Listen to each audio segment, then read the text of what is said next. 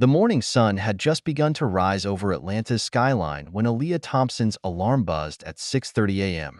She wasn't due in court until 9 a.m., but her years of experience as a federal prosecutor had taught her the value of preparation.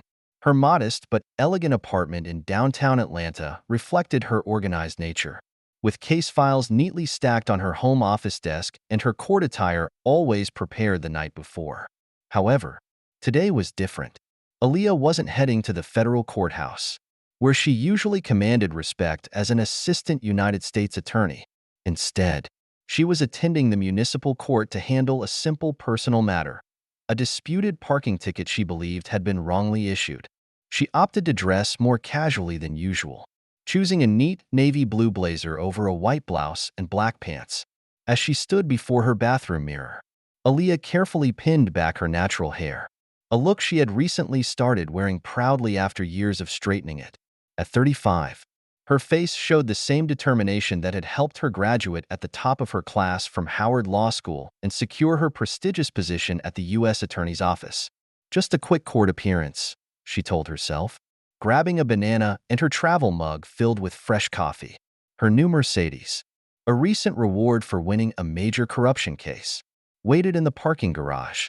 Though the car was her pride and joy, she often noticed the surprised glances from people who saw a young black woman stepping out of such an expensive vehicle.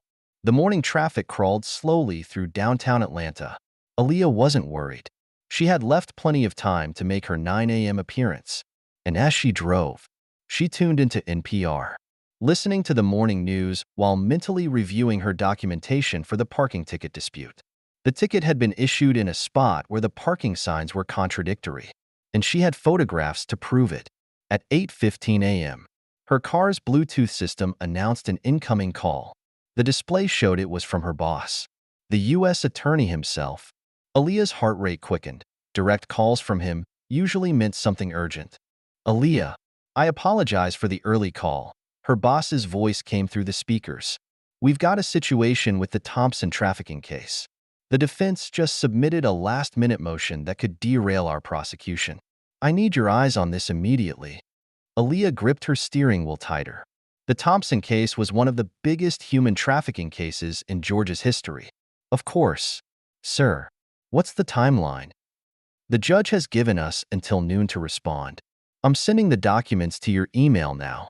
Can you review them and call me back with your analysis?" "Yes, sir," Aaliyah replied professionally, though her mind was already racing. She had planned to park at 8:30 a.m., giving herself plenty of time to find the right courtroom. Now, she would need to find somewhere to pull over and review these urgent documents. She managed to find a spot in a small coffee shop's parking lot. Pulling out her laptop, she connected it to her phone's hotspot and began reviewing the defense's motion. The legal arguments were complex, and she found herself taking detailed notes.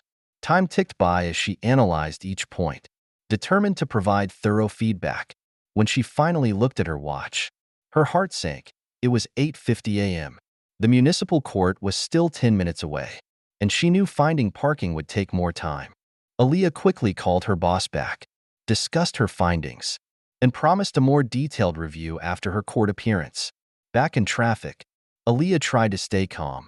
She had never been late to court before. It went against everything she stood for. But she also knew that her job as a federal prosecutor came with responsibilities that couldn't be ignored. The Thompson case could affect dozens of lives, and that morning's motion could impact the entire prosecution. She finally pulled into the municipal court parking lot at 9:10 a.m. As she hurried toward the building, her phone buzzed with a thank you message from her boss. Noting that her quick analysis had been extremely helpful, Aaliyah allowed herself a small smile. At least the delay had served an important purpose. What she didn't know, as she rushed up the courthouse steps with her documentation in hand, was that her slightly tardy arrival was about to trigger a chain of events that would expose deep-rooted prejudices in the very system she had dedicated her life to serving. Judge Elias Porter's courtroom awaited her, and this ordinary morning was about to become anything but routine. Judge Porter's courtroom had a reputation for strict rules and cold efficiency. At 62 years old, with graying hair and wire-rimmed glasses, He carried himself with an air of authority built over 30 years on the bench. This Monday morning, he sat elevated above everyone else, his black robe pressed and perfect, watching as people filed into his courtroom for the 9 a.m. session. The municipal courtroom was already busy. 23 people sat on the wooden benches, most of them there for minor violations, parking tickets, traffic infractions, and small disputes. Judge Porter noticed that most of the early arrivals were white, dressed in business attire, their paperwork organized and ready. He nodded approvingly at their punctuality. "All rise," the bailiff called out at exactly 9 a.m., and Judge Porter entered, his routine with practiced precision. He called the first few cases quickly and efficiently. He took pride in running his courtroom like a well-oiled machine. Tardiness, in his view, was a sign of disrespect for the law itself. At 9:15 a.m., the courtroom door opened. Aaliyah Thompson entered quietly, trying not to disturb the proceedings. But Judge Porter immediately stopped mid-sentence during another case. His eyes narrowed at the interruption, focusing on the black woman who had dared to enter his courtroom late. "Step forward," he commanded, his voice sharp and cold. The other case was temporarily forgotten. Aaliyah walked to the podium, her posture straight and professional despite the hostile reception. Judge Porter looked down at his calendar. "You must be Aaliyah Thompson, scheduled for 9 a.m., he emphasized, the time in his tone dripping with disapproval. "Do you think your time is more valuable than the court's time, Miss Thompson?" Before Aaliyah could explain, Judge Porter continued, his voice growing louder with each sentence, designed to make an example of her. Several people in the courtroom shifted uncomfortably in their seats. A white businessman had arrived 5 minutes late, and the judge had barely noticed. "In this courtroom, we have rules," Judge Porter lectured, shuffling papers on his desk without looking at Aaliyah. "This isn't some neighborhood gathering where you can just show up whenever you please. This is a court of law." Aaliyah stood calmly at the podium, her hands folded in front of her. She noticed how the judge hadn't even looked at her credentials or paperwork yet. His assumptions were written all over his face. She could see it in the way his eyes dismissed her professional attire, in the way he spoke to her as if she were a child. James Wilson, an older black man who had been observing the scene with growing concern, caught Aaliyah's eye briefly, giving her a subtle look of understanding. "Your Honor, if I may explain," Aaliyah began, her voice steady and professional. "You may not," Judge Porter interrupted. "I've heard every excuse in the book: car trouble, traffic, personal emergencies. None of that matters here. The time was set for 9 a.m. He picked up his gavel, as if the simple presence of it would emphasize his authority. The other people waiting for their cases watched intently.